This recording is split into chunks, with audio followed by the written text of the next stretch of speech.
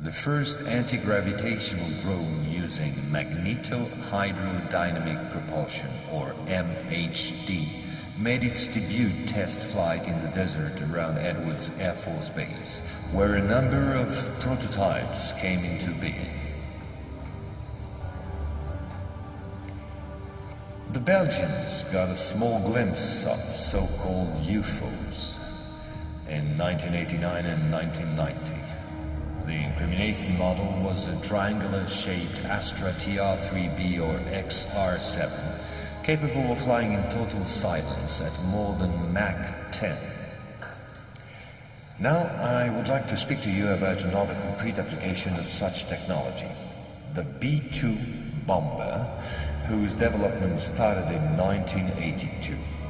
The official P2 stealth bomber, which flew for the first time in 1989, was to serve as cover for another unconventional P2 to be built in parallel. This top-secret model used, among other things, a plasma creation system, exploiting the airflow like an MHD generator. This system produces ionization of the air around the P2, thereby suppressing air resistance while ensuring total invisibility for any type of radar. This nuclear bomber has flown for 15 years now at more than Mach 10.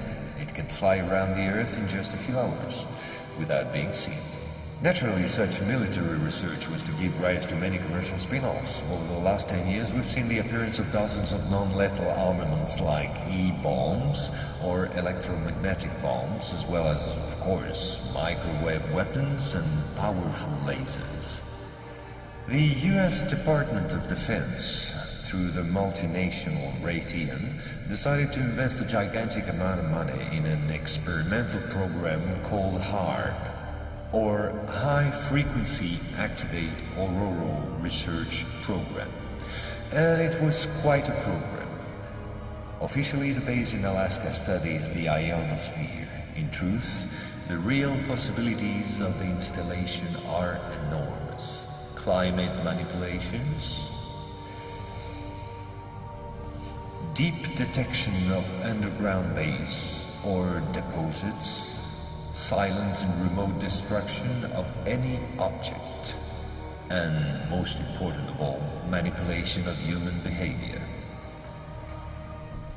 If this account seems somewhat long despite my efforts to simplify, it was absolutely necessary to get to the subject I mentioned previously. Our research group is convinced that UFOs constructed by the Americans or Russians will be used to support an hoax attack on the Earth of extraterrestrial origin. The media taking care of the rest, of course. The reason? Once the threats of international terrorism has dissipated, the war economies of the major powers, with the United States at the head of the pack, will need a new enemy in order to still prosper. War on Earth will be replaced by space war against an enemy from beyond. So then, gentlemen, I thank you.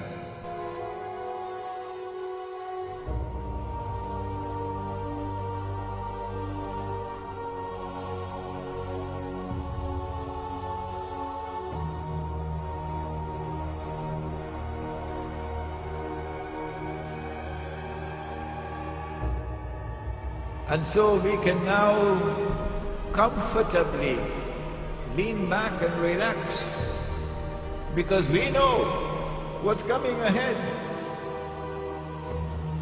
It's going to be a Star Wars confrontation between Russia on the one hand and its allies, which refuses to submit to someone ruling the world from Jerusalem, and therefore refuses to submit to the Anglo-American-Israeli alliance of the West.